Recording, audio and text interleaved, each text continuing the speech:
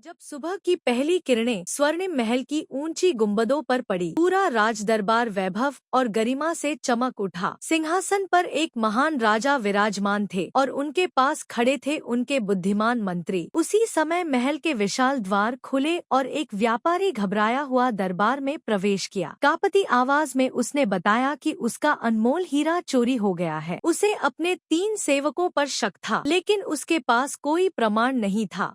तीनों सेवकों को दरबार के बीच खड़ा किया गया। उनके चेहरों पर डर साफ दिखाई दे रहा था, लेकिन सच किसके भीतर छिपा था यह कोई नहीं जानता था। मंत्री हर चेहरे को ध्यान से देख रहे थे। मंत्री आगे बढ़े और तीनों सेवकों को एक एक लकड़ी की छड़ी देते हुए बोले कि यह जादुई छड़ी है। सुबह तक जिस व्यक्ति ने चोरी की होगी उसकी छड़ी 2 इंच लंबी हो जाएगी। यह सुनते ही दरबार में सन्नाटा छा गया। रात गहरी हो गई, लेकिन एक सेवक को नींद नहीं आ रही थी। डर उसके मन में लगातार बढ़ता जा रहा था। घबराहट में उसने अपनी छड़ी को 2 इंच छोटा कर दिया। उसे विश्वास था कि अब वह बच जाएगा। अगली सुबह दरबार फिर सजा। तीनों सेवक अपनी अपनी छड़ी लेकर खड़े थे। मंत्री ने ध्यान से छड़ियों को देखा और बिना देर किए एक सेवक की ओर इशारा कर दिया। दरबार चौंक गया। छड़ियां तो बराबर थीं, फिर भी मंत्री ने शांत स्वर में कहा कि चोर डर गया था। उसे लगा छड़ी बढ़ जाएगी, इसलिए उसने उसे